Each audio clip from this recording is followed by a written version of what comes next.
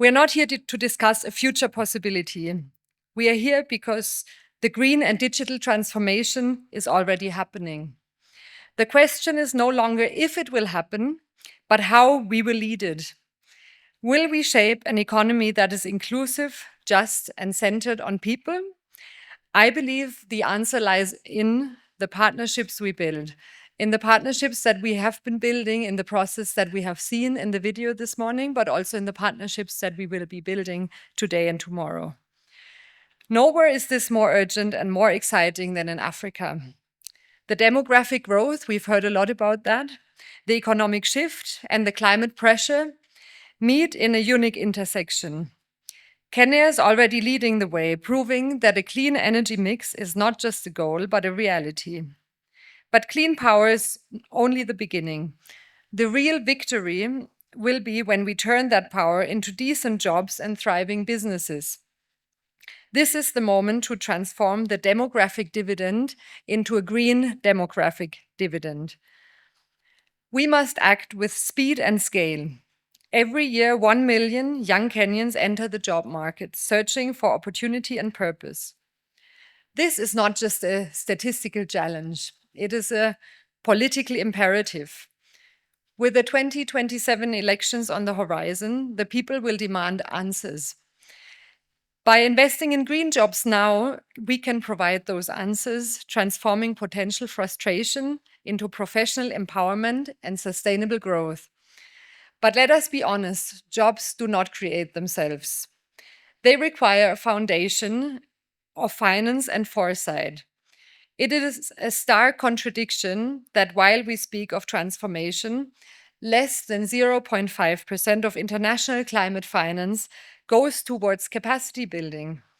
And we must change this. This is why Germany is driving the global initiative on jobs and skills for the new economy. It was launched at the COP30 in Belém, and this initiative is a call to action for countries, industry, and finance to treat skills not as a byproduct, but as the critical driver of a low-carbon economy. In Kenya, this ambition is already in motion. Us being here today is part of that. Under the umbrella of our 2022 Climate and Development Partnership, Germany, through the implementing organizations GIZ, KfW, and DG, is a committed partner. We are not just providing support, we are creating tangible opportunities. We can take a look at the numbers here. 40,000 individuals and 7,000 SMEs have already been supported. Our next phase will be focusing on electric mobility, renewables, and breaking barriers for women in the green sectors. We have built a dual vocational model in over 100 schools, and our 300 greening champions are rewriting the DNA of TVET institutions to be climate responsive. Our impact goes from the grid to the field, whether it is integrating wind and solar energy or developing the frontier of green hydrogen. We are building a sustainable ecosystem. And we do this side by side with German industry players, leaders like Krones or Bosch East Africa, bridging the gap between global standards and local innovation. I would like to highlight another example. We have provided training to over 1,200 refrigeration and air conditioning technicians on green cooling technologies. That has been over a span of 13 years, and we have also revised 3 national training curricula for refrigeration and air conditioning. And we have been cooperating with 28 training institutions in Kenya. The country has mitigated 6 million tons of CO2 equivalent in the refrigeration and air condition sector so far. And this was only possible because of building those green skills and technologies in this specific sector. Also, our 360-degree agri-jobs approach has proven to be effective. By 2025, the initiative had provided training on climate-smart agribusiness to over 7,000 youth. And it offered 6 months of coaching and mentorship to 3,000 individuals and facilitated the establishment of approximately 2,300 enterprises in Burkina Faso, Mozambique, Malawi, and Kenya. Our monitoring data shows that 75% of young people participating in the program have improved their job prospects. 80% of the small businesses that have been supported have created new jobs. And the participants also confirm that impact, and I want us to zoom in a little bit here.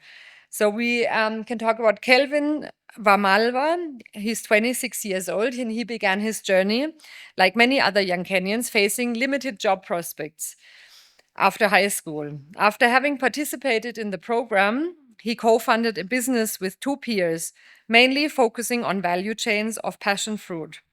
And the business grew rapidly. And it allowed him to hire 3 other young employees. And what he says is, it's a great start, but I'm aiming much higher.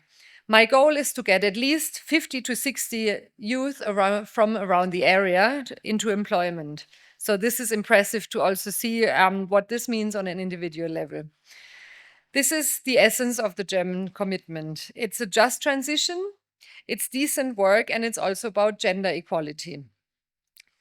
Through the Team Europe Global Gateway approach, we are also investing in the skills and infrastructure that will define Africa's digital and green century. Ladies and gentlemen, green skills are the key to a resilient economy. And in turn, climate action is one of the most powerful job engines the African continent has ever seen. This forum, therefore, it's more than just a conference. It is a practical step towards the partnership and institution. We heard from Zella that there will be discussions and you are asked to question what you will be hearing about. And climate action will be one of the most powerful engines the African continent has ever seen. So this is in our journey towards the COP32 in Ethiopia and also beyond that. So these are practical steps we are taking here, practical discussions. And I wish you inspiring debates and concrete results. So let us turn this agenda into action. Thank you very much.